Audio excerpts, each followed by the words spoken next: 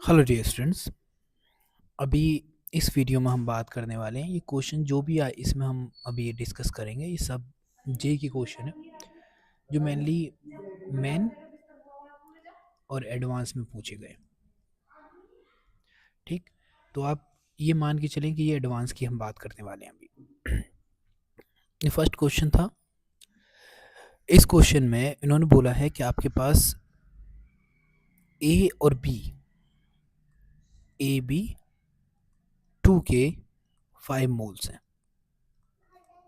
ठीक है, और जिसका वेट दे रखा है उन्होंने W, वो दे रखा है उन्होंने 125 इंटू 10⁻³ kg। इसी तरीके से बोलते हैं कि एक दूसरा मॉलिक्यूल है जो है A2 और B2, इसके नंबर ऑफ मोल्स इन्होंने बोले हैं कि वे 10 मोल है। ठीक, और इसका भी इन्होंने वेट दे रखा है, दैट इज 300 इंटू 10⁻³ kg। अब सवाल क्या है ये समझें। ये कह रहे हैं कि भाई देखो, जो ए का मोलर मास है ये बता दो, और जो बी का मोलर मास है वो भी बता दो, और बता दा किस में है तुमको, केजी पर मोल के अंदर। ठीक है, तो यहाँ पे भी हमको केजी मिल दे रखा है, यहाँ पे भी केजी दे रखा है। तो पहली चीज जो हम यहाँ पर कैलकुलेट करेंगे वो हमको बताना है, सबसे पहले आप ये सोच लो, हमको बताना है ये और ये। ठीक, इन दो चीजों को हमें कैलकुलेट करके निकालना है। Let's begin. सबसे पहले हमको पता करना है कि ये जो पूरा मॉलिक्यूल है, इस पूरे मॉलिक्यूल का मोलर मास क्या है। ठीक, क्योंकि हमारे पास नंबर ऑफ मोल्स दे रखे हैं और हमारे पास वेट दे रखा है। अब नंबर ऑफ मोल्स का जो फॉर्मूला होता है वो होता है n, इसको दिखाते हैं हम नंबर ऑफ मोल्स से। Number of moles equal to given mass, और नीचे होता है हमारा मोलर मास, जो भी मोलर मास होगा। अब हमको यहाँ पे दिया है, एक तो नंबर ऑफ मोल्स दे रखे हैं और गिवन मास दे रखा है, तो मुझको यहाँ पे पहले सबसे पहले जो निकाल लेना है वो इस पूरे मॉलिक्यूल के लिए मोलर मास को कैलकुलेट कर लेना है। ऑलराइट, तो चलो मैं इसी को लगाता हूँ। तो मेरे पास ये रहा मोलर मास का फॉर्मूला। मैं किसके लिए निकाल रहा हूँ, AB2 के लिए निकाल रहा हूँ। ठीक है, किसके इक्वल है, नंबर n आ जाएगा नीचे इस बार, यहाँ पे W ऊपर आएगा और n आ जाएगा नीचे। ठीक, तो सबसे पहले हम AB के लिए निकालना है मोलर मास, तो ये हमारा कैलकुलेट होकर आता है, हम गिवन मास होगा 125 इंटू 10⁻³ इसको ग्राम में चेंज मत करना, क्यों, क्योंकि यहाँ पे भी इसने केजी बोला है, तो हम इस चेंज करने की कोई खास ज़रूरत है नहीं। Divide by 5।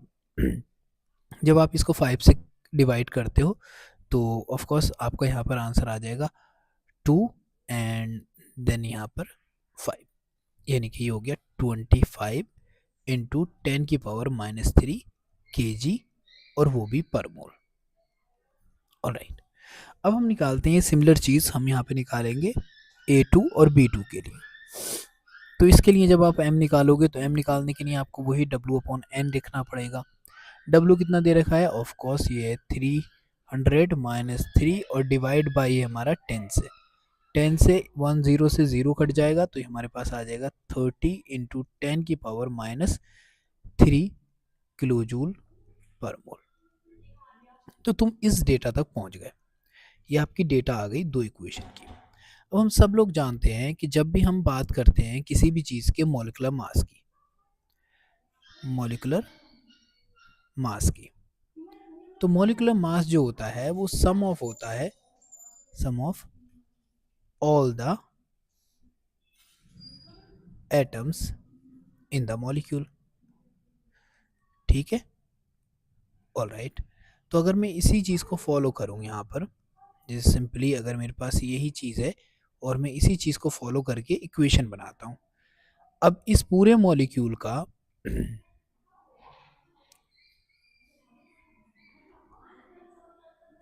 इस पूरे मॉलिक्यूल का अगर हम मोलर मास की बात कर रहे हैं तो AB2 का जो मोलर मास आया है वो ये आया है, यानी कि मैं इसको ऐसे भी लिख सकता हूँ ना, A प्लस 2 टाइम B है, और ये इक्वल टू आया है किसके, 25 इंटू 10⁻³ और ये आ जाएगा कितना, kg पर मोल। अब मैं इसको लिखूँ या ना लिखूँ, फिर भी लिख लेते हैं। इसी तरीके से अगर हम दूसरे वाले की बात करें तो वहाँ पे 2A है प्लस और यहाँ पे हो जाएगा 2b इक्वल टू हो जाएगा 30 इंटू 10⁻³ किलो जूल पर मोल। सिंपल है ये। अब ये इक्वेशन मेरी इक्वेशन ए है और ये इक्वेशन है मेरी बी। ठीक है, यहाँ पे मेरे को दो इक्वेशन सिंपली मिल गई।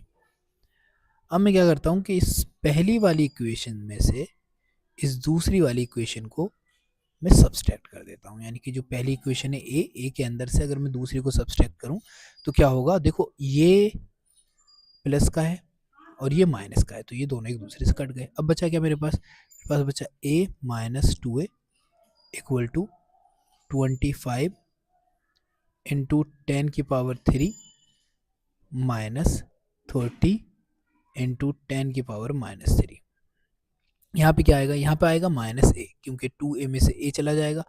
ठीक, अब यहाँ पर क्या आएगा, यहाँ पर आएगा कि हमने 10⁻³ लिया कॉमन, तो अंदर मेरे पास बचेगा 25 माइनस 5,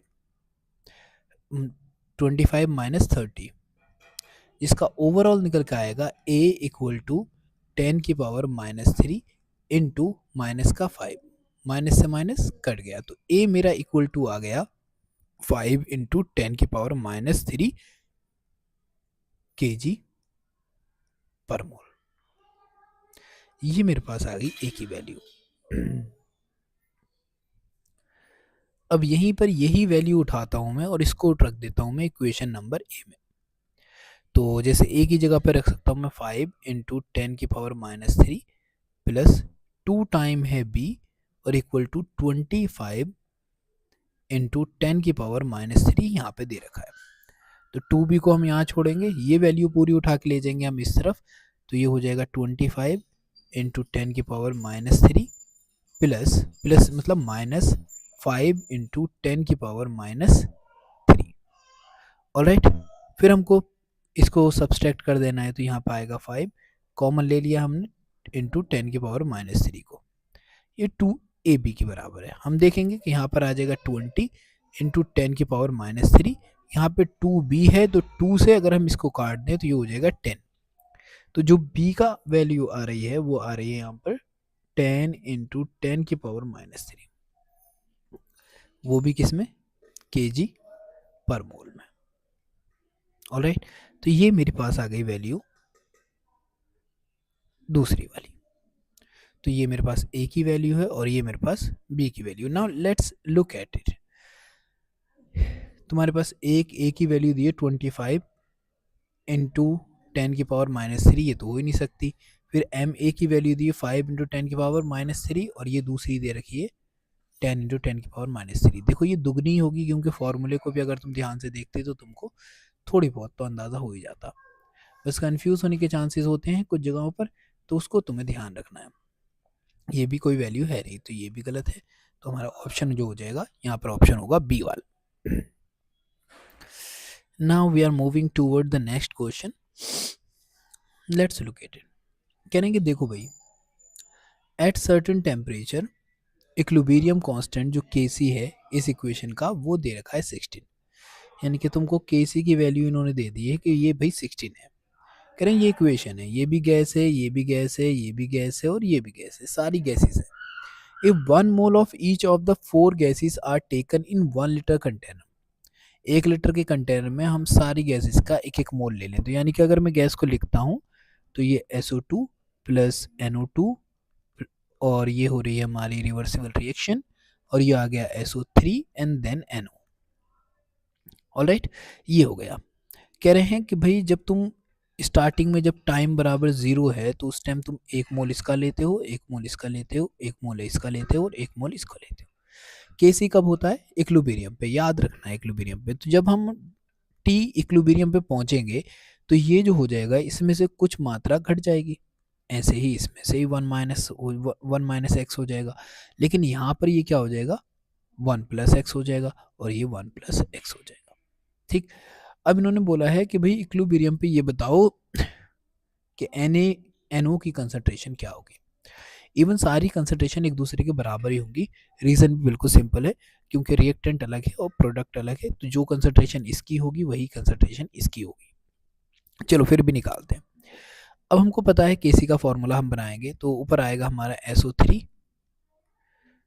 साथ में आ जाएगा NO, नीचे आ जाएगा हमारा SO2, concentration of SO2 and then NO. Okay, now put the value.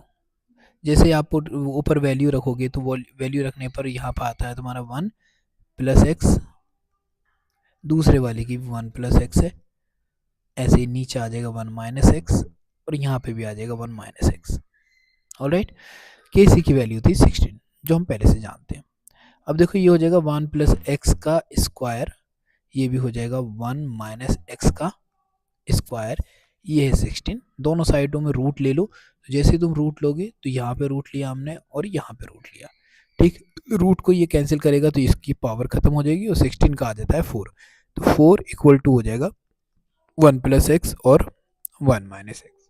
ठीक है, बाई गोइंग थ्रू दीज, अब तुम क्या कर लो, इसको साइड को चेंज कर लो. जैसे हम लिख सकते हैं 4 1 - x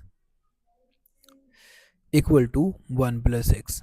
तो यहाँ पर आ जाएगा 4 - 4x = 1 + x. इस 4 को यहीं छोड़ दो, 1 को इधर ले आओ. ठीक, और इस x + 4x को इधर ले जाओ, तो हमारा टोटल क्या आ गया यहाँ पर आ गया एक तरीके से 5x = 3. x को यहाँ छोड़ते हैं तो ये हो जाएगा मेरा यहाँ पर 3/5. ये मुझको वैल्यू मिल गई. अब सवाल क्या था, इसको समझो. सवाल क्या है कि भाई देखो इसकी कंसंट्रेशन बताओ इक्विलिब्रियम पर. तो हम जानते हैं इसकी कंसंट्रेशन क्या है इक्विलिब्रियम पे, ये है.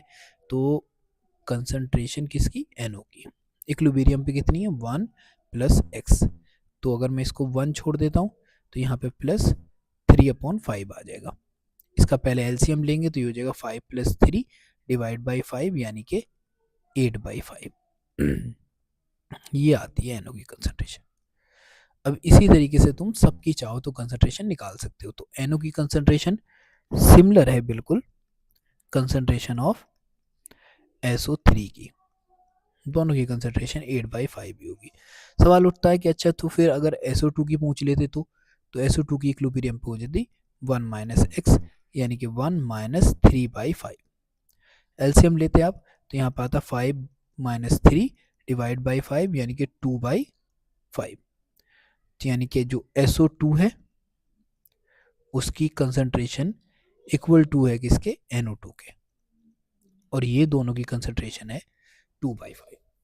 ठीक भाई, गोइंग थ्रू दिस प्रोसेस तुम इस तरह के क्वेश्चन को बड़ी आसानी से सॉल्व कर सकते हो. बस आपको थोड़ी सी प्रैक्टिस रिक्वायर्ड है. ठीक, और उस प्रैक्टिस के लिए आपको प्रैक्टिस करनी ही पड़ेगी, उसका कोई अल्टरनेट होता ही नहीं है. ठीक है, तो ये चीज़ तुमको यहाँ पर ध्यान रखनी है. Now we are moving toward the next portion और द नेक्स्ट प्रॉब्लम. ओके, यहाँ पर क्या है, क्वेश्चन नंबर 3. ये थर्मोडायनेमिक्स का, जब आप थर्मोडायनेमिक्स पढ़ते हैं आप लोग, ठीक, डायनेमिक्स, तो उसमें जो लास्ट में एक टेबल बन के आती है पूरा, जिसके अंदर वो दे रखा है उन्होंने, भाई ये डेल्टा G है, ये डेल्टा H है, ये डेल्टा S है, और फिर यहाँ पे होती है टेम्परेचर की कंडीशन. और बोलते हैं कि देखो भाई ये किसी भी रिएक्शन के लिए स्पॉन्टेनियस होने के लिए इसको निगेटिव होना चाहिए, तो इसको भी निगेटिव होना चाहिए, बट इसको पॉजिटिव होना चाहिए.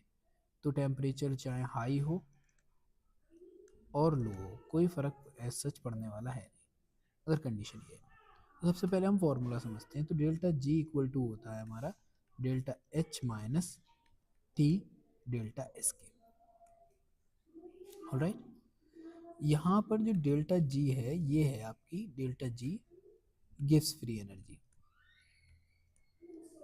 गिव्स फ्री एनर्जी, या some time we call it gives energy only. ये गिव्स ने दी थी, ये जो ट्रेडमार्क मतलब एक तरीके से सिंबल है, तो that's why we call it gives free energy. अब अगर डेल्टा G की वैल्यू निगेटिव हो तो कोई भी केमिकल रिएक्शन जो हो जाएगी वो स्पॉन्टेनियस हो जाएगी. अगर डेल्टा G जो है हमारा, बार बार H बना रहा हूँ, पॉजिटिव आ जाए तो ये नॉन स्पॉन्टेनियस हो जाएगी. ठीक, और यहीं पर अगर डेल्टा जी इक्वल टू 0 हो जाए तो इसका मतलब रिएक्शन हमारी एट इक्विलिब्रियम। अब उसी कंडीशन को हम समझते हैं इस फॉर्मूले के अंदर वैल्यू रखने के बाद। सपोज करो यहाँ पर इन्होंने दे रखा है कि भाई डेल्टा एच ये रहा किलो जूल में और ये रहा डेल्टा एच। तो जूल या किलो जूल से अभी ये किलो वगैरह से कोई लेना देना ऐसा है नहीं, तो इसका इतना ज़्यादा ध्यान मत देना, क्योंकि हम वैल्यू निकालने वाले तो बिल्कुल नहीं, हम सिर्फ और सिर्फ इन सिंबल से अंदाज़ा लगाएंगे कि रिएक्शन स्पॉन्टेनियस होगी या नहीं होगी। ठीक है, ओके। कह रहे हैं कि वैल्यू ऑफ डेल्टा एच और delta S for 4 different reactions are given. On the basis of these values, predict which one of these will be spontaneous at all the temperature। इन्होंने बोला है भाई all the temperature होना चाहिए।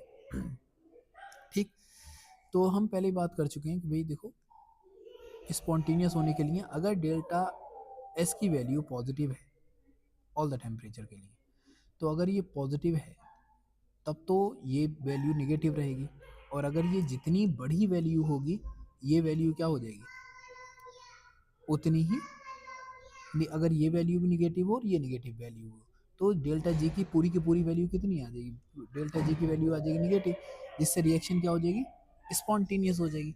अब तुम तो यहाँ पर यही समझ रहा है। सपोज करें आप इस टेबल में देखें, ये है पॉजिटिव और ये भी है पॉजिटिव। अब ये जो वैल्यू दे रखी है इन्होंने किलो जूल में दे रखी है, जैसे यहाँ पर किलो जूल पर मोल होता है तो इसमें दे रखी है। तो अगर हम इस पॉजिटिव की वैल्यू को लेते हैं और इस वैल्यू को लेते हैं तो हम कैसे लिखेंगे, एक बार करके देख लेते हैं। फिर भी डेल्टा एच, एक डेल्टा एच दे रखा है मुझको 98 किलो जूल को मैं अगर लिखता हूँ जूल पर माइनस, अब लिखते हैं हम डेल्टा एस। तो पहले मैंने टी को मान लिया कि टी मेरा नॉर्मल टेम्परेचर थे 300 मान के चलता हूँ मैं, इनटू और साथ में मान लेता हूँ 14.8।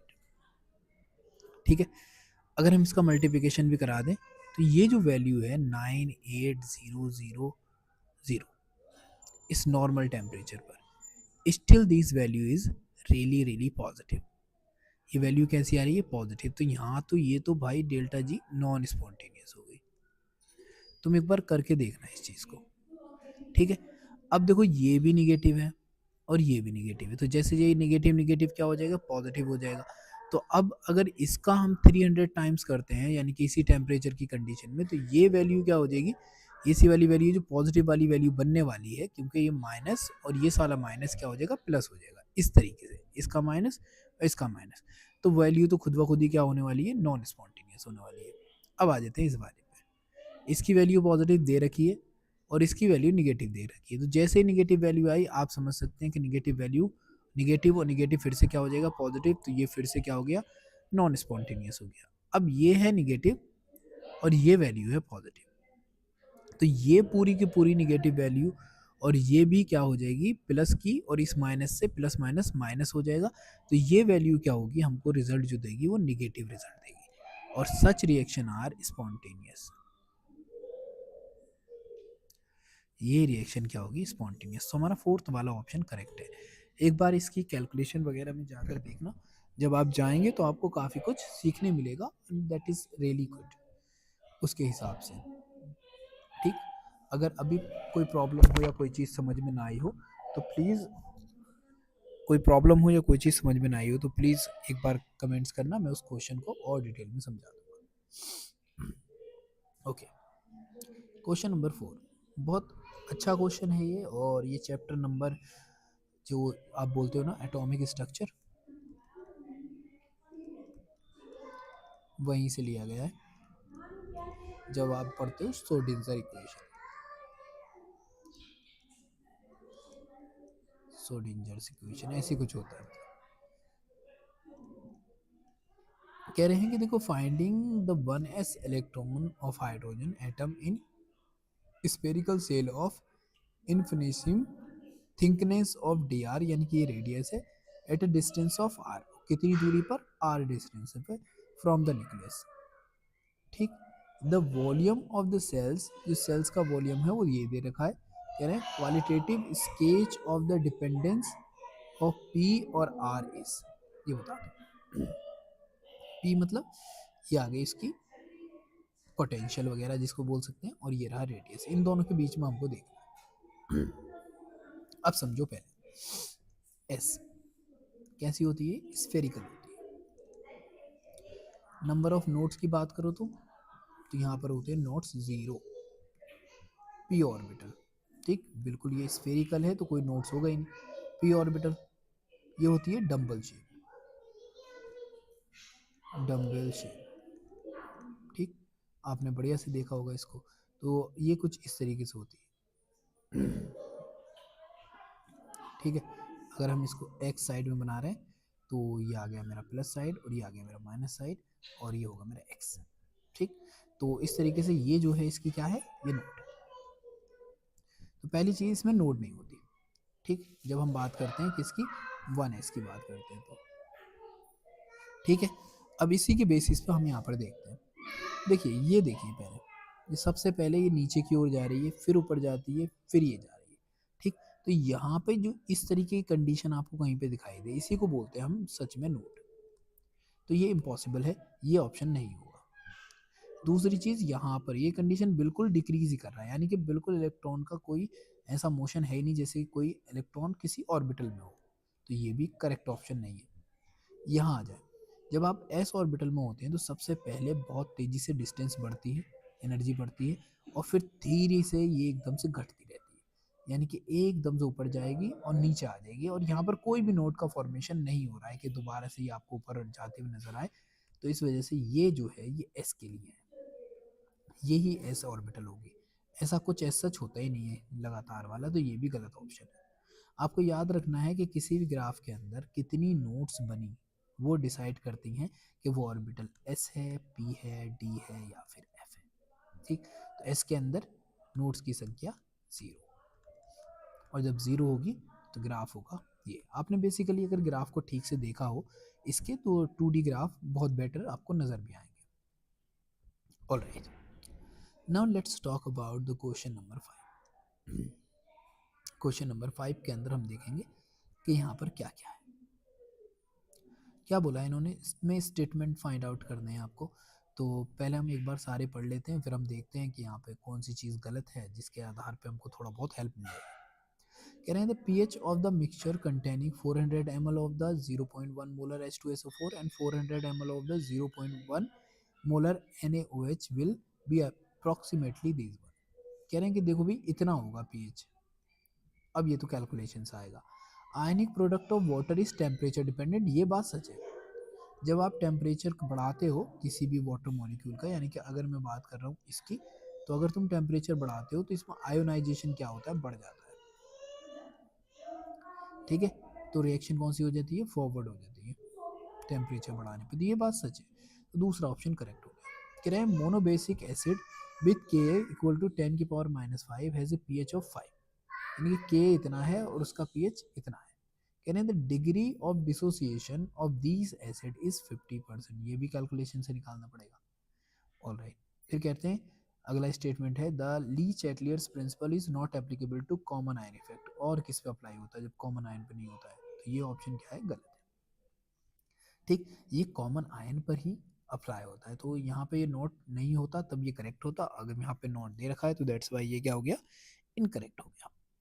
अब हम देखते हैं कि भाई फोर्थ ऑप्शन कहाँ कहाँ है। फोर्थ ऑप्शन एक तो मिल गया कि तो ये तो ऑप्शन हो गई नहीं, ये बात चलो हमारे दिमाग से निकल गई। फिर कह रहे हैं भाई दूसरा ऑप्शन जो है वो करेक्ट है, तो दूसरा ऑप्शन करेक्ट है तो दूसरा ऑप्शन तो यहाँ भी है, दूसरा ऑप्शन यहाँ भी है, दूसरा ऑप्शन यहाँ भी है। ठीक है, तो ये तो बहुत सारे ऑप्शन मिल गए। ठीक, अब हम देख लेते हैं, और पर्टिकुलरली कि ये पता करने के लिए कि हमारा आंसर हम कितने क्लोज जा सकते हैं। जैसे यहाँ पे थर्ड ऑप्शन नहीं है, यहाँ पे भी थर्ड ऑप्शन नहीं है, यहाँ पे थर्ड ऑप्शन है, यहाँ पे थर्ड ऑप्शन है। तो अगर हम थर्ड ऑप्शन कर लें तो हमको पता चल जाएगा कि या तो इन दोनों में से कोई होगा। ठीक, और अगर थर्ड ऑप्शन हमारा इनकरेक्ट आता है तो हम क्लियरली फिर तो हम जाएंगे किसके साथ, इसके साथ, तो हमारा थोड़ा टाइम बच जाएगा अगर हम इस तरीके से चलते हैं तो। ओके, लेट्स बिगिन, इसे ही मान के चलते हैं हम। ठीक, तो सपोज करें ये आ गया हमारा थर्ड वाला ऑप्शन। कह रहे हैं देखो भाई जो के ए की वैल्यू है वो दे रखी है 10⁻⁵, और जो पी एच दे रखा है वो दे रखा है 5। पीएच का मतलब क्या होता है? देखो पीएच ये होता है बच्चा, पीएच इक्वल टू होता है minus log of concentration of H positive. अब अगर मैं इसको घुमा के लिखूं तो मैं एच पॉजिटिव इक्वल टू किसके कर दूंगा? मैं कर दूंगा 10 की पावर पीएच के। अब पीएच मेरे को 5 दे रखा है तो 10 की पावर माइनस क्या हो जाएगा? 5 हो जाएगा, जो आ गई मेरे पास कंसंट्रेशन। ऑलराइट। अब जैसे कोई भी एक एसिड है, एसिड हम मान लेते हैं कि लेट्स से मैंने मान लिया कि मेरे पास ये एक एसिड है, ठीक है, ये डिसोसिएट होगा ए प्लस बी में, ठीक है, ये मुझको ए प्लस एच में डिसोसिएट हो जाएगा। चलो ठीक है। अब अगर मैं इसको मानता हूँ, यहाँ पर इसको सी माना मैंने, और ये 0 0 है इनिशियली, तो यहाँ पाएगा सी माइनस अल्फ़ा, सी अल्फ़ा, और यहाँ पाएगा सी अल्फ़ा, और यहाँ पर आ जाएगा सी अल्फ़ा। फॉर्मूले में डालता हूँ मैं, ये एट इक्विलिब्रियम में, याद रखना, प्रैक्टिस कर लो आप थोड़ी बहुत। तो ऊपर आएगा C alpha into C alpha, और नीचे आ जाएगा ये। तो इस तरह के क्वेश्चन में जब आप देखते हैं कि एक वैल्यू तो हमारे पास ये थी और एक वैल्यू ये है, तो यहाँ पर जो ये आया है इसको हम कंसंट्रेशन समझ लेंगे किसके बराबर है? एच पॉजिटिव के, यानी कि ये सी वाली जो वैल्यू है वो एच पॉजिटिव के बराबर है। अल्फ़ा 1 माइनस अल्फ़ा, इसकी वैल्यू हमको ऑलरेडी दे रखी थी, कितनी दे रखी थी? 10 की पावर -5 इक्वल टू, इसकी वैल्यू हमने अभी निकाली थी, वो भी कितनी आई थी? 10 की पावर -5 अपॉन अल्फ़ा साथ में रहेगा 1 माइनस अल्फ़ा। ये अल्फ़ा आप जानते ना, ये है degree of dissociation, degree of dissociation, यही तो हमको निकालनी है। अब 10 की पावर -5 डिवाइड बाई 10 की power -5 equal to alpha upon 1 minus alpha. अब इन दोनों को काटते हैं तो हमारे पास वैल्यू आती है सीधी निकल कर, जिसको हम बोलने वाले हैं यहाँ पर 1 equal to alpha upon 1 minus alpha. अब इस पूरी वैल्यू को उठा के इधर ले आओ, तो 1 minus alpha equal to alpha. अब अल्फ़ा को इधर ले जाओगे तो 1 minus alpha, 1 equal to alpha plus alpha, यानी कि ये अल्फ़ा जो आ रहा है वो 2 टाइम इक्वल टू 1 है, जो कि हमारा होगा क्या?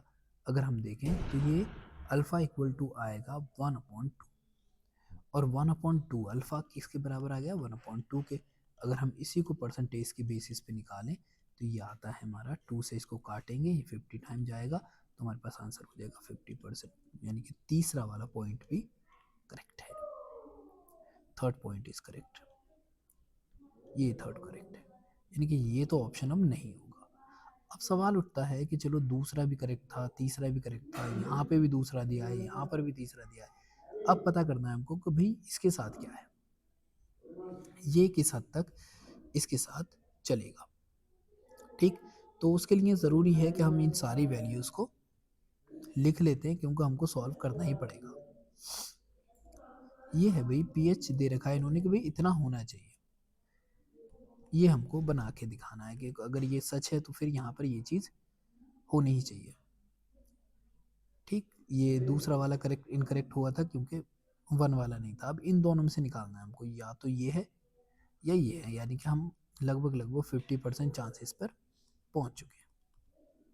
ऑल राइट, इसको भी कर लेंगे। इन्होंने बोला है कि देखो तुम्हारे पास 400 ml है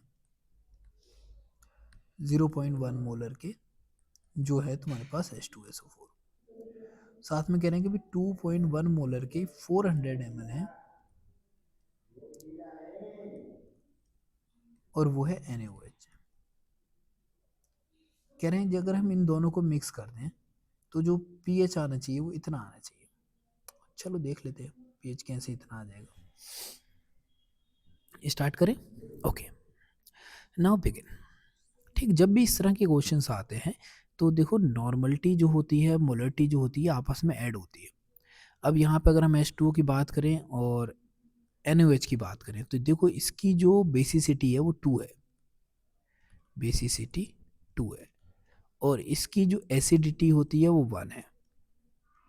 क्वेश्चंस में जब हम देखते हैं कि देखो जब H2SO4 का रिएक्शन करवाएंगे हम NaOH से, ठीक, तो हमारे पास क्या होगा कि यहाँ पर NaOH रिएक्शन करेगा H2SO4 से, और जो प्रोडक्ट बन के आएगा पहले हम वो बना लेते हैं। तो हमारे पास जो प्रोडक्ट बन के आएगा वो आएगा Na2SO4 प्लस, और यहाँ पर आ जाएगा हमारा H2O। ठीक है, अब इस इक्वेशन को बैलेंस करते हैं। तो ये 2 आ गया मेरे पास। ठीक, तो यहाँ पे 2 आने की वजह से यहाँ पर भी क्या आ जाएगा, 2 आ जाएगा। तो हमको क्या पता चला कि इसका जो 1 मोल होगा वो इसके 2 मोल को न्यूट्रलाइज कर सकता है। तो अगर सपोज करो कि हमने क्या किया कि यहाँ पे जो इसकी जो बेसिसिटी है, पहले बेसिसिटी भी समझ लो। बेसिसिटी इसकी होती है 2। क्यों? क्योंकि ये इसके 2 मॉलिक्यूल को कंज्यूम कर रहा है। और इसकी जो एसिडिटी है, मतलब कितने एसिड के मॉलिक्यूल लेगा, तो वो है 1, क्योंकि देखो इसका ये एक एसिड मॉलिक्यूल ले रहा है। तो तुमको याद रखना है ये चीज़। अगर HCl होता तब भी 1 ही होती, क्योंकि ये रिएक्ट ही एक मॉलिक्यूल से कर रहा है। ऑलराइट, अब सपोज करो इसको निकालते कैसे। तो यहाँ पे क्या करना होता है, एक फॉर्मूला बनाते हैं हम, जिससे 2 बेसिसिटी इंटू जो भी नॉर्मलिटी दे रखी हो और जितना भी वॉल्यूम दे रखा हो, तो ये टोटल वॉल्यूम आ गया। अब इसके केस में क्या होगा, इसकी एसिडिटी है 1, तो यहाँ पे जो भी नॉर्मल जो भी इसकी मोलरिटी दे रखी हो और साथ में आ जाएगा यहाँ पर 400। ठीक है, जब हम इन दोनों को देखेंगे, ठीक, तो यहाँ पर क्या होगा कि ये जो वैल्यू आई होगी वो आ रही है, पॉइंट हटाया, इसको 10 कर दिया, 0 से काट दिया, यहाँ 40 बचा, 2 से करेंगे तो ये 80 आ जाएगा। ऐसे ही इसकी भी क्या करते हैं, 10 से डिवाइड करते हैं, 0 काट देते हैं, तो ये आ गया 40। अब देखो ये तो 80 है, ज़्यादा नंबर है, ये 40 है, तो यहाँ पर इसको न्यूट्रलाइज करने के बाद H2SO4 न्यूट्रलाइज करने के बाद भी कितना कंटेंट अभी बाकी बच रहा है H2SO4 का, तो दैट इज लेफ्ट 40 वापस बच रहा है। ठीक, अब जैसे हम फॉर्मूले में जाएं, तो टोटल अगर हम वॉल्यूम की बात करते हैं, तो जो नॉर्मलिटी या इसकी जो भी एक तरीके से बोल सकते हैं हम, हाँ नॉर्मलिटी बोलेंगे, तो जो नॉर्मलिटी बचेगी, नॉर्मलिटी लेफ्ट होगी, वो होगी इक्वल टू, यानी कि ऊपर रखेंगे हम जो भी वॉल्यूम लेफ्ट है, लेफ्ट वॉल्यूम, और नीचे रख देंगे हम टोटल वॉल्यूम। ठीक है, इस तरीके से।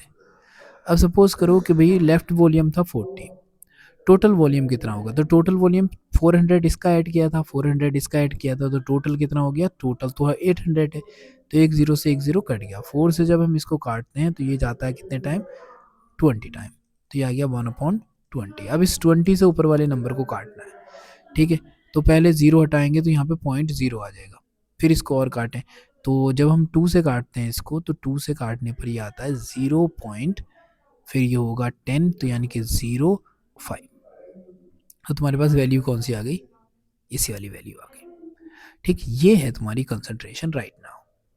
अब इस कंसंट्रेशन को तुम्हें रखना है एक फॉर्मूले में, और वहीं पे तुमको पता करना है कि भाई देखो इस फॉर्मूले के थ्रू तुम्हारा आंसर कितना आना चाहिए, इसकी जो पीएच आनी चाहिए अप्रॉक्सीमेट, वो 1.3 आनी चाहिए। चलो रख लेते हैं। तो सपोज करो मैं यहाँ पे कर रहा हूँ इस चीज़ को, पी एच इक्वल टू होता है माइनस लॉग ऑफ जो भी कंसंट्रेशन दी है। तो एसिड है ना, तो एसिड की कंसंट्रेशन दे रखी हुई, यहाँ पे हमने लॉग, और इसको लिखा है हमने 0.05। ठीक, अब सपोज करें इसको हम अगर रख रहे हैं यहाँ पर, तो ये होना चाहिए जो तुम्हारा 0.05 है, इसको मैं लिख सकता हूँ 5 इंटू 10 की पावर -2। दो स्टेप्स आगे आए ना हम, -2, तो लॉग ऑफ 5 इंटू 10 की पावर -2। ऑलराइट, जब तुम इसकी कैलकुलेशन करोगे ना, तो कैलकुलेशन में करके दिखा देता हूँ आपको, अगर करनी ही है तो। ठीक, तो माइनस हम बाहर छोड़ते हैं, एक बार लॉग अप्लाई करेंगे हम 5 पे, फिर प्लस एक बार लॉग अप्लाई करेंगे हम 10 की पावर -2 से। ठीक, जब भी आप इसको अप्लाई करते हो तो देखो लॉग 5 की वैल्यू आई थिंक मेरे अकॉर्डिंग होती है, नो ये तो लॉग 3 की है, लॉग 3 की वैल्यू होती है अराउंड 0.4771। लॉग 4 की वैल्यू हो जाती है यहाँ पर around 0.620।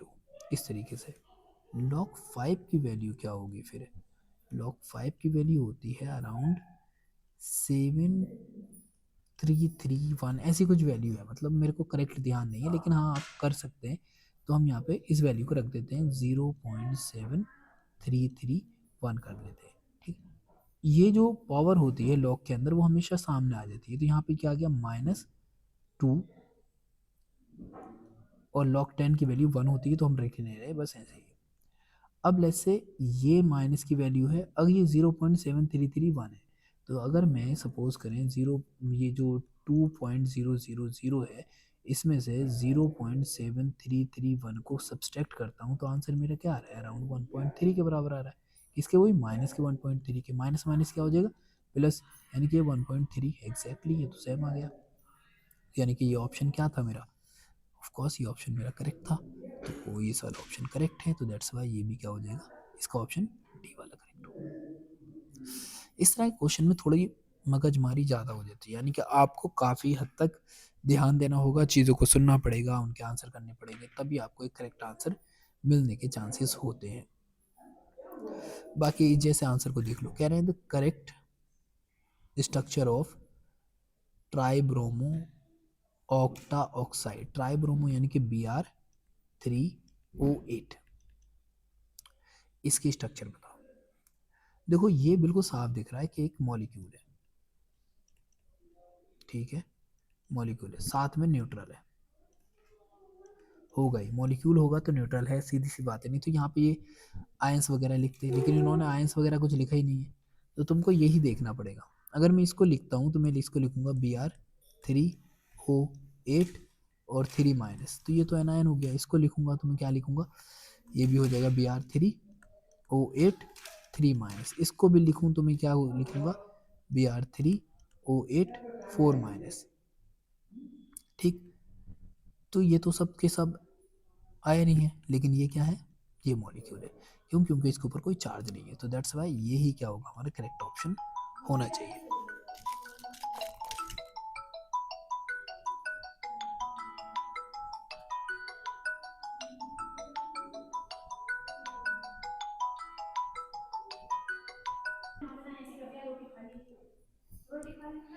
Now we are moving toward the next question. ये रहा अगला क्वेश्चन, क्वेश्चन नंबर 7। कह रहे हैं which one of the following pair of isomers, कितनी देर से तलाश कर रहा था मैं, भाई कोई क्वेश्चन तो आइसोमर का पूछो, is an example of metamerism. Okay, metamerism, ठीक, मेटामेरिज्म को आपको समझना पड़ेगा। मेटामेरिज्म में क्या होता है, सिमिलर फॉर्मूला होता है,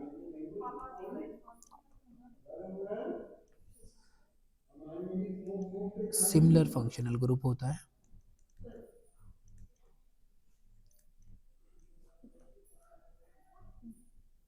लेकिन उसकी साइडों में जो अटैच ग्रुप होते हैं ना, उसमें वेरिएशन होता है। ठीक, जैसे फॉर एग्जांपल मैं आपको दिखाऊंगी, ये है CH3O, ये C2H5 कर लो, अच्छा ठीक है, यूँ करते हैं C2H5O C2H5, ये क्या है, ये ईथर है।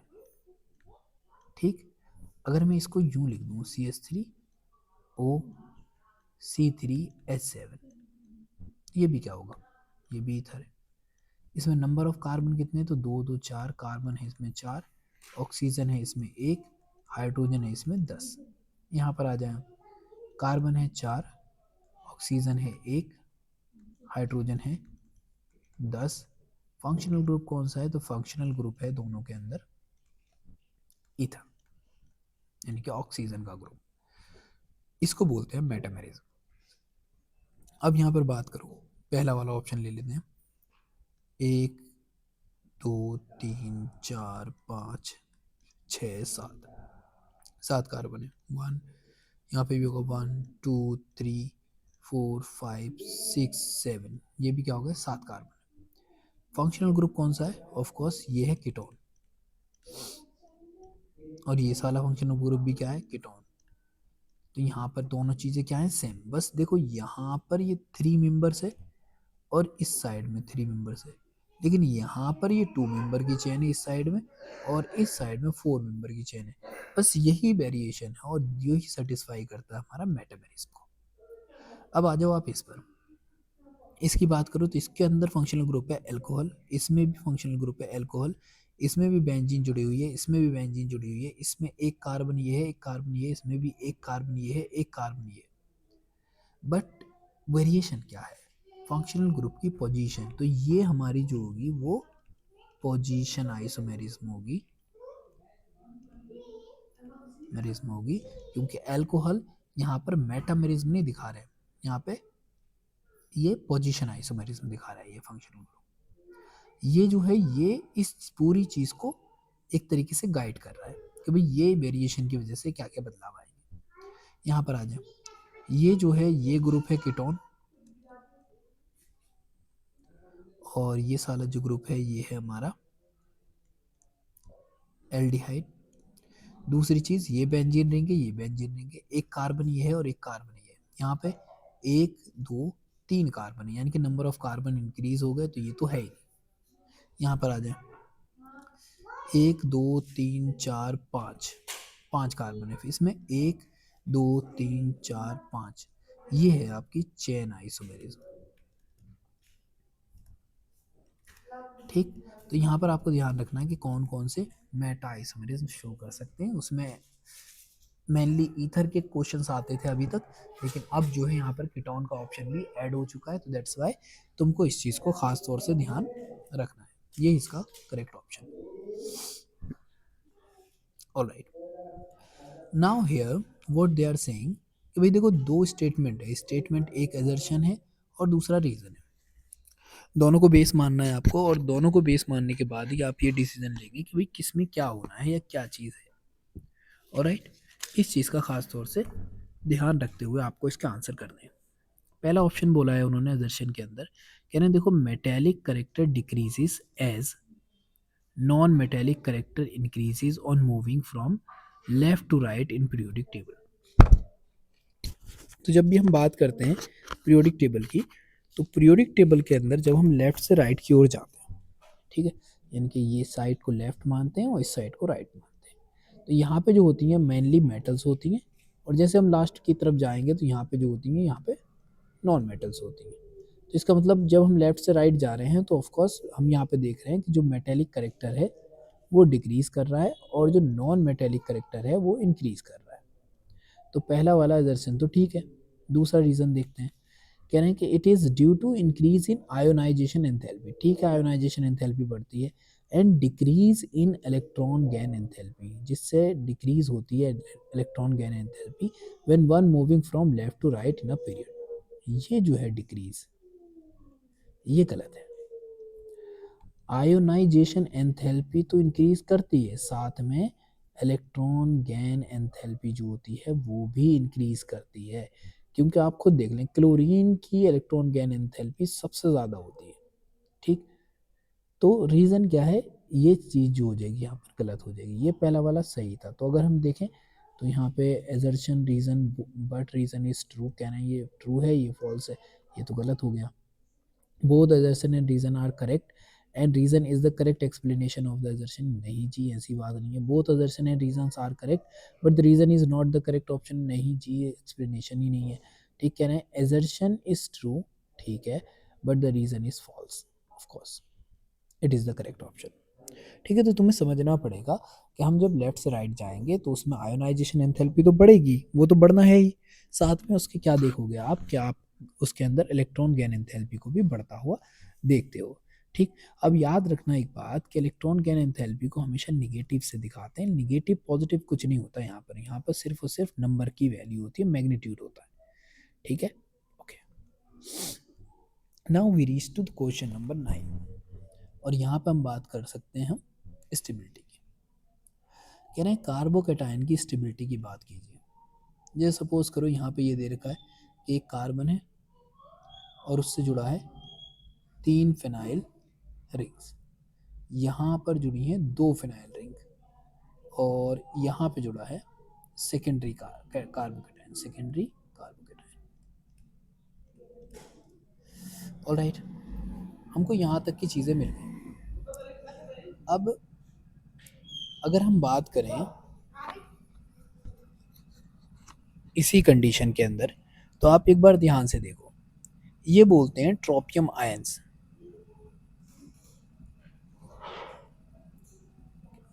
ठीक, और ये एक्स्ट्रा ऑर्डिनरी स्टेबल होता है। स्टेबिलिटी का रीजन क्या है? That is aromaticity. ठीक, क्योंकि इसके ये क्या हो गया, एरोमेटिक हो गया, इसके पास टोटल जो इलेक्ट्रॉन आ गए हैं वो 6 आ गए हैं।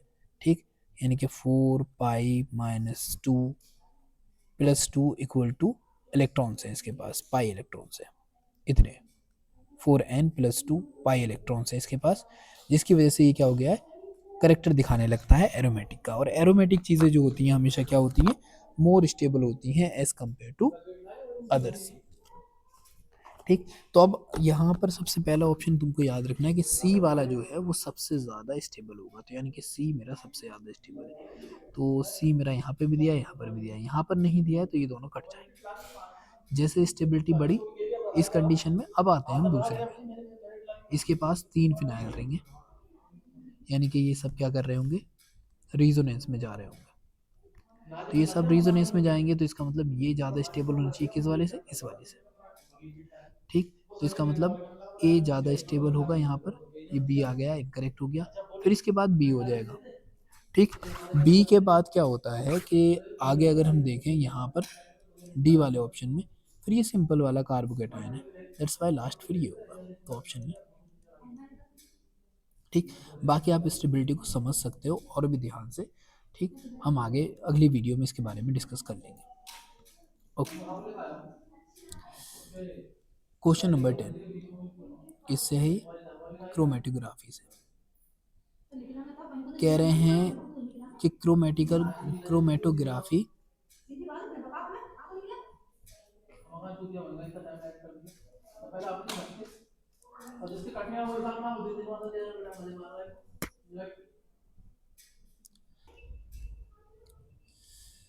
तो अगर हम यहाँ पे देखते हैं क्रोमेटोग्राफी कॉलम के अंदर, तो ये क्या होता है कि सिलिका जेल जो होता है उसकी एक स्टेशनरी फेज ले लेंगे हम।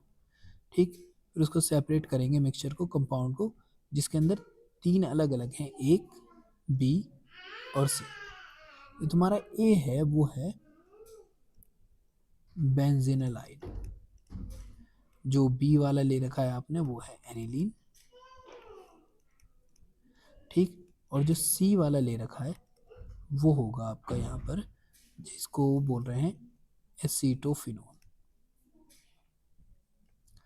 ठीक है, फिर उन्होंने बोला है कि when the column is eluted with the mixture of solvent जैसे हेक्सेन और एथाइल एसीटेट जो 20-80 के रेशियो में, the sequence of obtaining compound is, compound को ऑब्टेन करने का सिस्टम बताएं। ठीक, तो ये याद क्या रखना है यहाँ पर कि जो चीज़ जितनी ज़्यादा पोलर होगी वो इतनी ही जल्दी क्या होगी, इलूसिडेट हो जाएगी, इल्यूटेड हो जाएगी, जितनी ज़्यादा पोलर होगी। तो यहाँ पे सब मेन जो फंक्शन है वो पोलरिटी का है। ठीक, तो अगर हम बात करें एसिडोफिनोन की, तो एसिडोफिनोन की स्ट्रक्चर कुछ ऐसी होती है। ठीक है,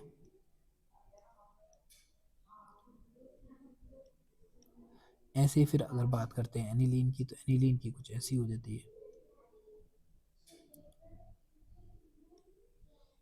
यानी कि ये हो गया मेरा बी, ये हो गया मेरा सी, कुछ इस तरीके से। अगर बात करते हैं हम ए की, तो उसे बोलते हैं बेंजीनलाइड।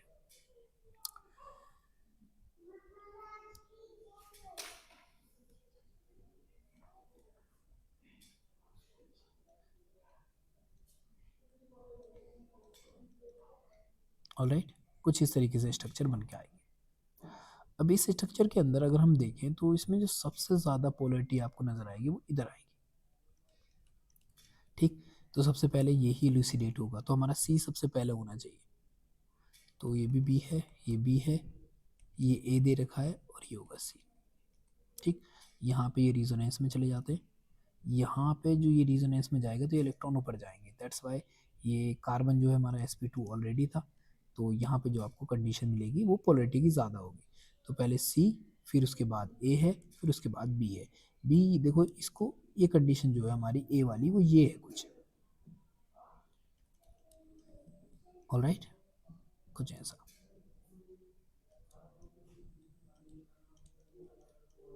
ठीक, तो ये थोड़ा रिजोनेंस में चला जाता है। ठीक, तो यहाँ पर इसके बाद ये थोड़ी सी पोलैरिटी दिखाने लगता है, ये भी रीज़न है। तो यहाँ पर फिर ए आ जाता है, पहले आएगा तुम्हारा सी, सबसे पहले होगा, फिर उसके बाद आएगा ए और फिर उसका बाद आएगा बी। अगर आप इसकी टेबल भी देखोगे ना, जिसके अंदर इनकी एक तरीके से वैल्यू दिखाई गई है पोलैरिटी की, तो उसके बेसिस पर भी आप इसको पता कर सकते हो।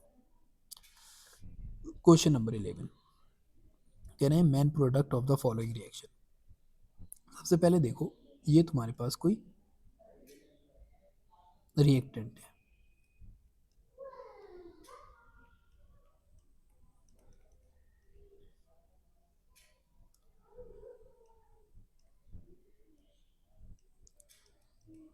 किसके साथ रिएक्शन करवा रहे हैं, Cl2 और CCl3 के, CCl4 के। ये रिएक्शन होती हैं इलेक्ट्रोफिलिक एडिशन रिएक्शन। ठीक, बेंजीन रिंग पे तो हो नहीं सकती, कहाँ पे होंगी, यहाँ पे होंगी। तो इसका मतलब मेरे पास जो रिएक्टेंट बन के आएगा वो कुछ ऐसा बन के आएगा,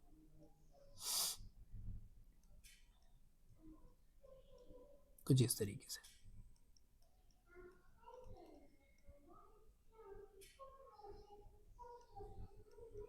Cl और Cl, फिर उन्होंने कंडीशन दे रखी है एनहाइड्रस AlCl3 की। ठीक, इसको बोलते हैं हम क्या, वही फ्री डेल क्राफ्ट एल्काइलेशन। ठीक है, फ्रीडल क्राफ्ट रिएक्शन की बात चल रही है यहाँ पर। तो फ्रीडल क्राफ्ट है, तो देखो उसके लिए क्या ज़रूरी होता है कि भाई कोई बेंजीन रिंग होनी चाहिए साथ में, और साथ में होना चाहिए एक हेलाइड। तो ये रहा मेरा हेलाइड। ठीक, तो हमारे पास दो है। मोर रिएक्टिव कौन होगा, जो सेकेंडरी होगा। तो ये सेकेंडरी है और ये प्राइमरी है, तो हमारा सेकेंडरी वाला मोर रिएक्टिव होना चाहिए यहाँ पर। ठीक, मेजर प्रोडक्ट क्या होता है, एक तो होता है हमारा पैरा, क्योंकि यह पैरा ओरिएंटेड है, क्योंकि यहाँ पे इलेक्ट्रॉन इस तरफ जा रहे हैं, तो ये इलेक्ट्रॉन डोनेट कर रहा है, दैट्स वाई ये पैरा है। या फिर और तो दो प्रोडक्ट बन के आएंगे। ठीक, तो हमको उसमें मेजर और माइनर डिसाइड करना है, और मेजर को ही हम क्या मानेंगे, मेन प्रोडक्ट मानेंगे। अब मेजर हमें तो हमेशा होता है पैरा वाला। तो यहाँ पर ये सा वाला जो बॉन्ड है, यहाँ से टूटेगा और अटैक करेगा यहाँ। तो क्या होने वाला है, हम इसी को बना के देखते हैं एक बार।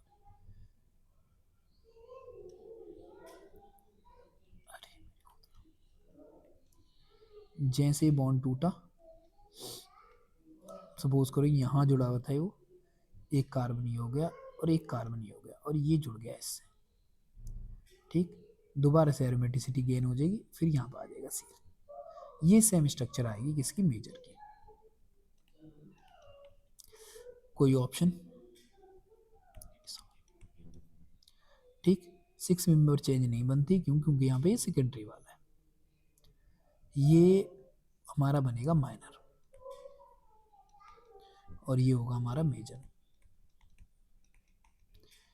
ये भी नहीं बनेगा। ठीक, तो ये मेजर माइनर के अंदर हम हमेशा लेते हैं मेजर को। Alright, let's reach to question number 12। कह रहे हैं which of the following statement are true. ये बताना है आपको कौन कौन से स्टेटमेंट ट्रू है।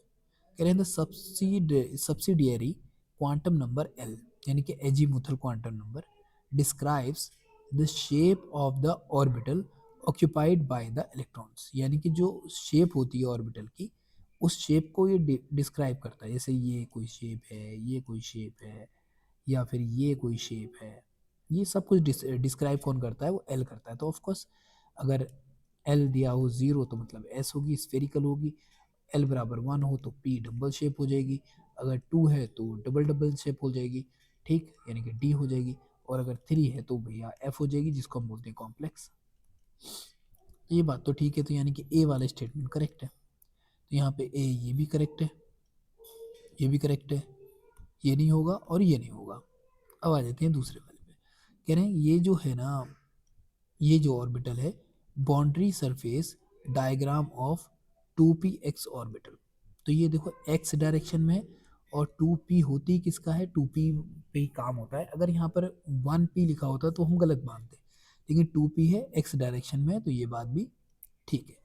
तो बी ऑप्शन इसके पास है और बी ऑप्शन इसके पास भी है। अब हमको देखना पड़ेगा सी वाला ऑप्शन। सी ऑप्शन क्या है? डी ऑप्शन तो ऑलरेडी निकल ही चुका है। कह रहे हैं plus and the minus sign in the wave function of the 2px orbital refers to charge, refers to charge, यानी कि जो यहाँ पे अगर प्लस लिखा हो, यहाँ पे माइनस लिखा हो, ये क्या बताते हैं? चार्ज के बारे में बताते हैं। तो नो, ऐसा कुछ नहीं है, ये बताते हैं डायमेंशंस के बारे में कि डायमेंशन पॉजिटिव एक्स की तरफ है या पॉजिटिव निगेटिव एक्स की तरफ है। ठीक इस तरीके से अगर हम रखते हैं तो हमको मिलता है ये। तो ऑप्शन वाला ये साला ठीक है, ये साला ऑप्शन इनकरेक्ट हो जाएगा क्योंकि सी वाला क्या है? इनकरेक्ट है। Let's begin. कह रहे हैं the first second and the third ionization enthalpies ये दे रखी है। Alright, okay. And I3 4 atoms हैं जो n+1 n+2 और n+3 है। ठीक, जिसमें बोल रखा है कि भाई जो n की वैल्यू है ना ये लेस देन 10 ही है, यानी कि कुछ भी हो सकती है, ये 9 भी हो सकती है, 8 भी हो सकती है, 7 भी हो सकती है, बट लेस देन 10 ही होगी। Tabulated blue, what is the value of n की वैल्यू बताओ। ठीक, और ये जो दे रखी है वो आयोनाइजेशन एंथैल्पीज दे रखी है। अब सबसे पहले तुम इसको ध्यान से देखो पूरे को। अगर हम n की बात करें तो n से इलेक्ट्रॉन निकालने के लिए हमको 16 से 81 किलो जूल पर मोल एनर्जी की रिक्वायरमेंट होती है। अगला निकालेंगे तो वो इसका डबल हो जाएगा, उससे अगला निकालेंगे तो वो और भी डबल हो जाएगा, यानी कि ये पक्का कोई नॉन मेटल होगी। ठीक, उसके बाद बात करते हैं इसकी कि यहाँ से अगर एक इलेक्ट्रॉन निकालेंगे तो 2081 होगा, फिर अगला निकालेंगे तो फिर उसका क्या हो जाएगा? डबल हो जाएगा, और इसका निकालेंगे तो फिर वो उसका उससे भी आगे बढ़ जाएगा। तो ये जो कंडीशन आ जाएगी यहाँ पर, ये भी कंडीशन नॉन मेटल की ही होती है। ठीक, यानी कि एनर्जी बहुत तेजी से बढ़ रही है, इलेक्ट्रॉन निकालना ही नहीं चाह रही है। अब आ जाओ इस पर 496, एक इलेक्ट्रॉन निकालने के लिए कम से कम एनर्जी की रिक्वायरमेंट 496, तो ये पक्का कोई मेटल है जिसका एक इलेक्ट्रॉन निकालना है। और ये कौन सी मेटल होनी चाहिए? एल्कलाई, क्योंकि यही अपना इलेक्ट्रॉन आसानी से दे देती है। अब ये कौन सी मेटल होगी जिसका जो एंथैल्पी है इतनी कम है 496? इवन अगर लिथियम की बात करो तो उसकी एंथैल्पी भी काफ़ी होती है, काफ़ी हद तक होती है। तो n+2 और उसके जस्ट बाद अगला इलेक्ट्रॉन निकालने के लिए आपको 4562 किलो कैलोरी एनर्जी देनी पड़ रही है। इसका मतलब इसके पास सिर्फ और सिर्फ एक इलेक्ट्रॉन है आउटर मोस्ट ऑर्बिटल में, और दैट मस्ट बी सोडियम। ठीक, तो ये तुम्हारा n+2 जो है वो इक्वल टू होना चाहिए किसकी? 11 के, तभी ये पॉसिबिलिटी आएगी। अब जैसे ये 11 के पॉसिबल होगा तो n इक्वल टू हो जाएगा 2, 11 माइनस 2 यानी कि 9, n की वैल्यू 9 होनी चाहिए। इसे देखते हैं। अच्छा, n+3 ये है 738 और इसका डबल हो जाता है अगर हम अगला इलेक्ट्रॉन निकालते हैं तो। ठीक, तो ये है हमारी फिर एल्कलाई अर्थ मेटल। कैसे? ये देखें, एक इलेक्ट्रॉन निकालेंगे आप, फिर उसके बाद दूसरा निकालेंगे, लेकिन तीसरा इलेक्ट्रॉन निकालने पर बहुत बड़ा चेंज आता है। बहुत बड़ा मतलब तीसरा इलेक्ट्रॉन निकालने के लिए बहुत ज़्यादा एनर्जी की ज़रूरत पड़ रही है। दैट्स वाई ये जो होगा हमारा, ये होना चाहिए फिर मैग्नीशियम। मैग्नीशियम क्यों? क्योंकि देखो इसकी एनर्जी और इसकी एनर्जी में बहुत ज़्यादा बड़ा गैप नहीं होता, लेकिन ये काफ़ी स्टेबल होता है, यानी कि जो इसकी जो ऑर्बिटल होती है NS2 ये पेयर्ड होती है, ये कम्प्लीटली फिल्ड होती है, एक तरीके से बोल सकते हैं। दैट्स वाई हम बोलेंगे कि भाई यहाँ पर इसकी जो स्टेबिलिटी है ज़्यादा है, तो इसको एनर्जी ज़्यादा देनी पड़ेगी, फिर अगला इलेक्ट्रॉन निकालने के लिए डबल एनर्जी देनी पड़ेगी, लेकिन तीसरा इलेक्ट्रॉन निकालने के लिए बहुत ज़्यादा। तो मैग्नीशियम तो n+3 इक्वल टू 11, यानी कि n बराबर 11 माइनस 3 भी 9 ही आ रहा है, यानी कि जो n का मतलब है वो फ्लोरीन की बात चल रही है। ठीक है, और फ्लोरीन से आप अंदाज़ा लगा सकते हो कि उससे इलेक्ट्रॉन निकालना लगभग नामुमकिन के बराबर है, वो तो इलेक्ट्रॉन देती ही नहीं है। Okay, now we reach to the question number 14। Question क्या कह रहा है? कह रहा है कि इवेलुएट करो किस चीज़ को? हैबर साइकिल के थ्रू KCl के इस डेटा को। बताना क्या है? बताना है कि भाई इसकी लेटिस एनर्जी क्या है। यानी कि एक तरीके से बोल सकते हैं हम, ये कैलकुलेट करके बता दो इनको, बस बस इनका काम हो गया। हम जानते हैं कि सॉलिड स्टेट में पहले हम सब्लिमेशन करवाएंगे इसका, तो ये बनाएगा के, वो भी गैसीय स्टेट वाला। यहाँ पे जो एंथैल्पी आई सब्लिमेशन की वो ये है, एंथैल्पी ऑफ सब्लिमेशन कंज्यूम हो रही है, तो ये आ गई मेरे पास, जो भी एंथैल्पी होगी देख लेंगे।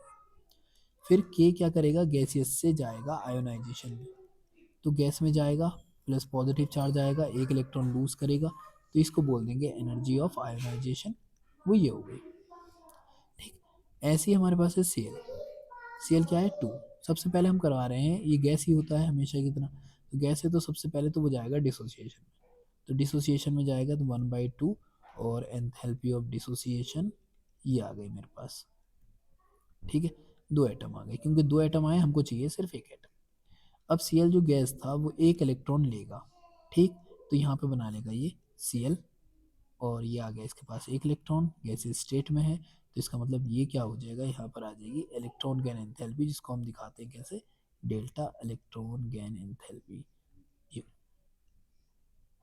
राइट, अब क्या करते हैं हम इसके आगे हम अगले स्टेप पे पहुंचते हैं कि भाई के पॉजिटिव और Cl नेगेटिव दोनों एक दूसरे के पास आएंगे, बना लेंगे KCl। इस टाइम जो एनर्जी रिलीज हुई है, ये गैसियस और ये सॉलिड के अंदर, इसको बोलते हैं भाई लैटिस एनर्जी। ये हमको पता करके बतानी है।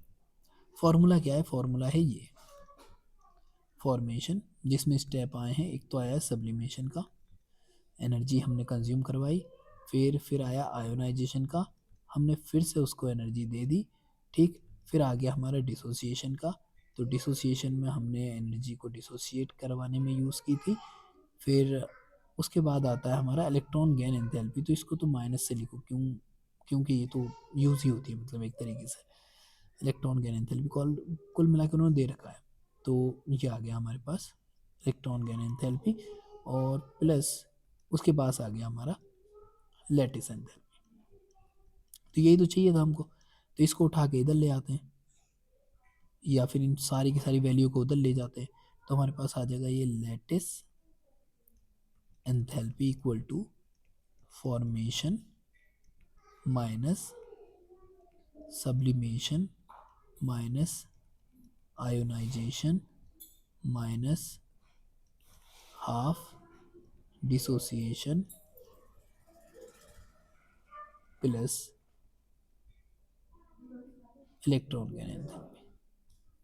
ठीक, फॉर्मेशन कितनी है, 436.7, फिर उसके बाद आ जाती है हमारी सब्लिमेशन, माइनस कर दो इसके अंदर से, कितनी है, 89.2, ठीक, फिर इसमें आयोनाइजेशन कितनी है, 419.0, वो भी माइनस कर दी है, ठीक, ये माइनस की वैल्यू थी स्टार्टिंग वाली, ये भी माइनस कर दी है हमने, फिर यहाँ पर आती है प्लस की 348.6, और फिर आ जाएगी हमारी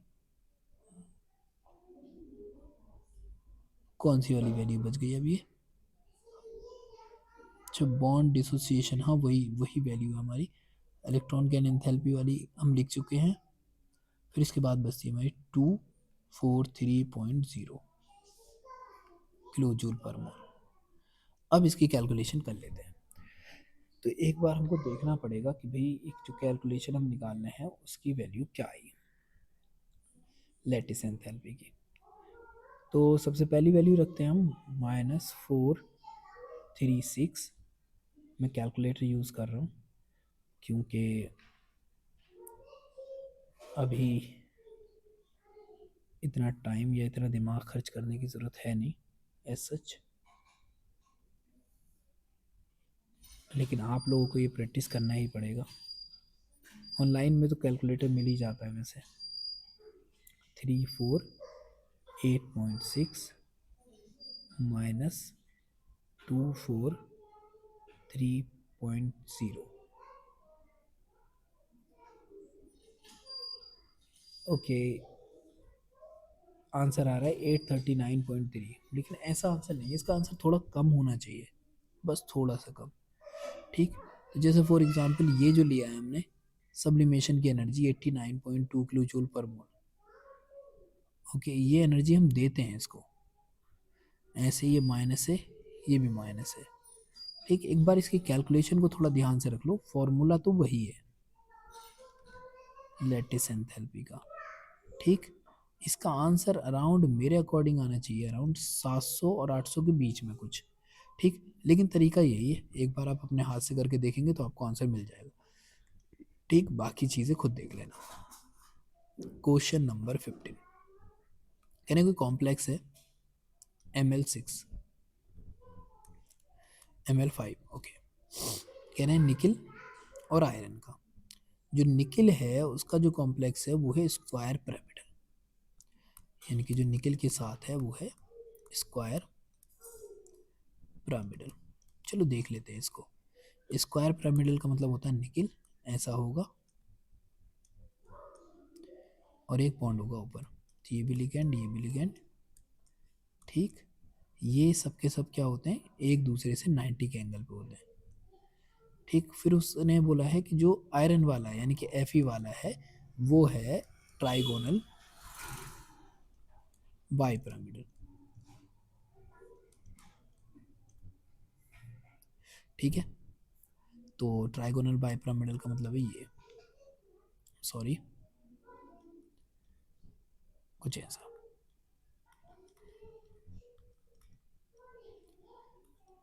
Fe लिख रहा हूँ मैं, L लिगेंड। कोऑर्डिनेशन का सिर्फ एक क्वेश्चन, क्या बात है। ठीक है, अब क्या करना है तुमको, इन्होंने बोला है कि फिर आगे बोला है इन्होंने सम ऑफ बताया मुझको कि 90 के एंगल कितने हैं, 120 के एंगल कितने हैं, 180 के एंगल कितने हैं, सब के सब उनका सम करके बता दो दोनों कॉम्प्लेक्स में। तो देखो सबसे पहली चीज़ तो ये देखो, अगर हम बात करते हैं यहाँ पर इसके अंदर, तो पहले 90 के एंगल देखो, तो ये इससे एक 90 पर है, ये 90 पर है, ये 90 पर है, ये 90 पर है, और ये चारों ऊपर वाले से भी कितने पे है, 90 पर है। तो यहाँ पर कितना होगा, 8 L Me मेटल मतलब निकल L कितने वाले हैं, ये हैं तुम्हारे 90 डिग्री वाले। फिर ये सा वाला L और ये सा वाला L, ये एक दूसरे से कितने पे होंगे, तो ये दो बॉन्ड है हमारा, ये इसके साथ और ये इसके साथ दो टाइम है, तो ये हो जाएगा तुम्हारा LML कितने पे, 180 डिग्री पे। तो एक चीज़ तो ये क्लियर हो गई मेरी, तो यहाँ पे मेरी क्लियर हुई, तो मुझको टोटल बॉन्ड कितने मिल गए, 10 मिल गए।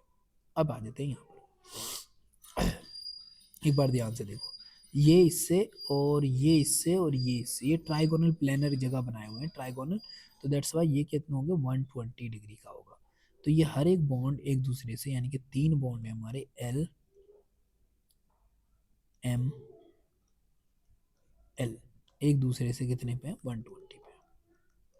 ठीक, फिर ये तीनों के तीन जो ऊपर वाले तीनों हैं नीचे वाले तीनों के साथ, यानी कि ऊपर वाले के 6, 3 ये ऊपर की ओर और 3 नीचे की ओर, यानी कि 6 बॉन्ड बने हुए हैं इसके बीच में, जो हमारे क्या है, L M L, जो है हमारे 180 डिग्री। ठीक, फिर ये नहीं, वो है 90 डिग्री, सॉरी। फिर ये सा वाला बॉन्ड ऊपर वाले के साथ सिर्फ एक बॉन्ड है, एक बॉन्ड है L M L के साथ, और वो दे रखा है मेरे को 180 डिग्री का, यानी कि इसमें भी कितना आ गया, टोटल 10 आ गए। अब 10 + 10 = हो गया 20, यानी कि इसका आंसर होगा 20। इसमें काफ़ी ध्यान लगाना पड़ता है, कोई ना कोई बॉन्ड एंगल छूट ना जाए, इस चीज़ के ऊपर खास तौर से ध्यान देना होता है। ठीक है, अगर अभी कोई प्रॉब्लम है, कोई चीज़ समझ में ना आई हो तो प्लीज़ पूछना। जो हमने अभी एक क्वेश्चन छोड़ा है ये सवाल है, इसमें थोड़ी कैलकुलेशन की प्रॉब्लम है। ठीक, एक बार आप कैलकुलेशन ध्यान से रखेंगे, 2-4 नेगेटिव पॉजिटिव का ऊपर नीचे हो जाता है। ठीक, जैसे फॉर एग्जांपल नेगेटिव पॉजिटिव का यही है कि अभी तुमने ये सी वाली वैल्यू ली, ये बॉन्ड डिसोसिएशन वैल्यू 243, यहाँ पे तुम यूज़ कर रहे थे 1 - 2, लेकिन यहाँ पे 243 कहाँ पे लिखा है, ये लिखा है 243, इसको बस 2 से डिवाइड करना था। मैं चाहता था कि तुम थोड़ा सा दिमाग यूज़ करो और देखो कि इसमें क्या प्रॉब्लम थी। ठीक, एकदम से जज करने पे मत आ जाना, थोड़ा सोचना भी ज़रूरी होता है।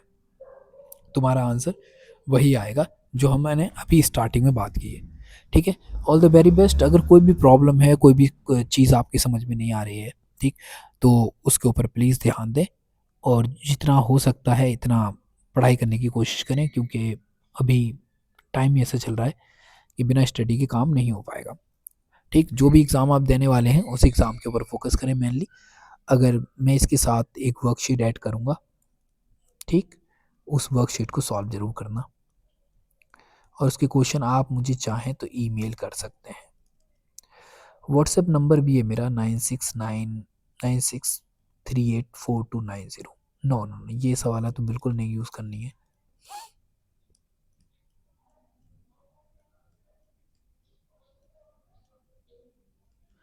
ये भी मत करना। बेटर है कि आप मुझे ईमेल ही करें। ईमेल है मेरा mirajuddin.sims@gmail.com। ठीक है, ये ईमेल मैं हमेशा यूज़ करता हूँ मोस्ट ऑफ द टाइम, तो प्लीज़ इसी के ऊपर ईमेल करें। Thank you very much, have a nice day. अगर कोई भी प्रॉब्लम है, कोई भी आपको हेल्प की ज़रूरत है, तो प्लीज़ इस नंबर पे मैसेज कर देना। मैं अपनी तरफ से पूरी कोशिश करूँगा कि मैं आपको जवाब दूँ। All the very best, thank you.